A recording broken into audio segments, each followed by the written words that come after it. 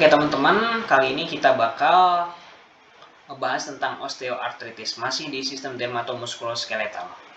Oke, apa sih itu osteoartritis? Nah, osteoartritis itu berasal dari kata osteo yang berarti tulang, artritis itu sendi, dan tis itu yang berarti peradangan, itu peradangan pada tulang dan sendi. Oke, di sini ada diagnosis bandingnya. Bisa didiagnosis banding dengan rheumatoid arthritis.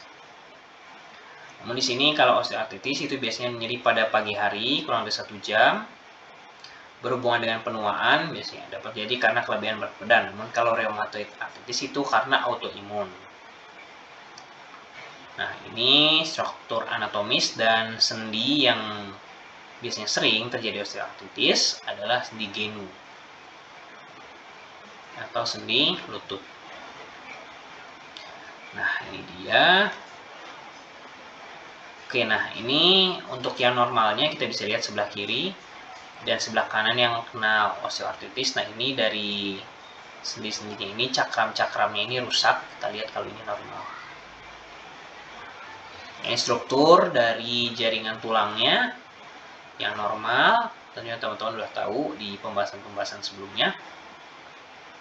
Kemudian ada klasifikasi sendi sinovial. Di sini ada 3 sendi di articulatio genu.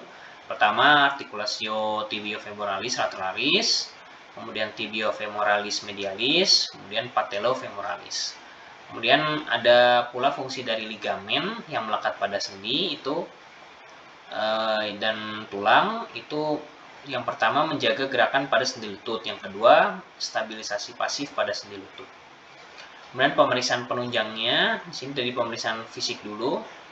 Yang pertama itu hambatan gerak, yang kedua krepitasi, yang ketiga pembengkakan sendi, yang keempat tanda-tanda inflamasi, yang kelima deformitas sendi, yang keenam perubahan gaya berjalan. Pemeriksaan diagnosisnya di sini radiografi sendi yang terkena berupa yang pertama penyempitan celah sendi yang seringkali asimetris, dua peningkatan densitas tulang subkondral, yang ketiga itu terdapat kista tulang, yang keempat osteofit pada pinggir sendi, yang kelima perubahan struktur anatomi sendi. Dan pemeriksaan laboratorium di sini yaitu untuk pemantauan progresivitas dan outcome osteoartritis. Ada 3 cara. Yang pertama itu pengukuran nyeri sendi dan disabilitas pada pasien. Yang kedua pengukuran perubahan struktural. Yang ketiga pengukuran proses penyakit yang dinyatakan dengan perubahan metabolisme.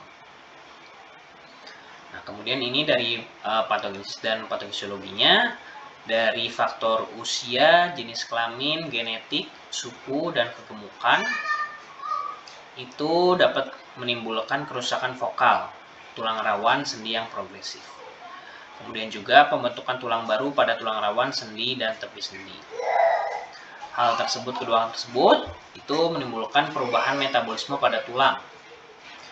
Yang terjadi adalah peningkatan aktivitas enzim yang merusak makromolekul matriks tulang rawan sendi.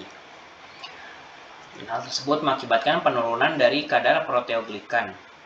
Akibat berkurangnya kadar proteoglikan, itu terjadi perubahan sifat dari kolagen yang menimbulkan berkurangnya kadar air pada tulang rawan sendi, sehingga ibaratnya kalau di mesin itu olinya, pelumasnya kurang, sehingga gesekan semakin besar dan akibatnya merusak dari sendi. Permukaan tulang rawan sendi terbelah, pecah dengan robekan, sehingga timbul ras-rasi dan terjadilah osteoartritis. Kemudian komplikasi yang dapat terjadi tentunya dapat terjadi kelumpuhan.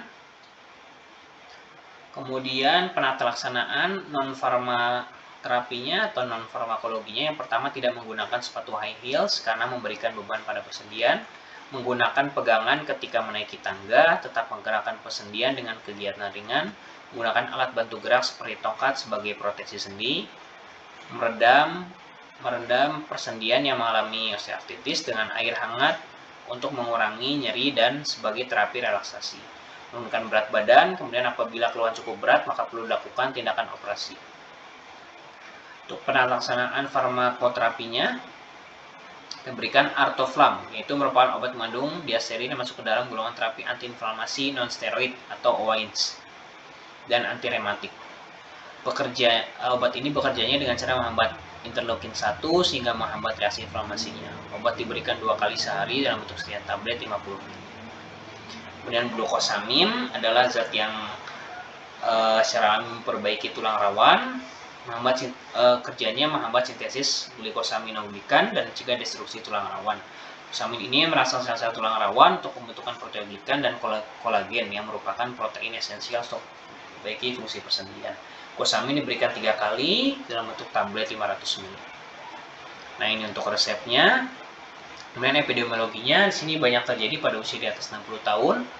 Prevalensi pria 10%, wanita 15%. Pada pria sering terjadi pada pergelangan tangan, leher, dan paha. Oke, mungkin itu aja teman-teman. Dan jangan lupa untuk klik like, comment, subscribe channel ini untuk lebih semangat lagi, biar lebih semangat upload video-video selanjutnya. Dan saksikan video selanjutnya dan yang akan datang. Sekian, terima kasih. Bye-bye.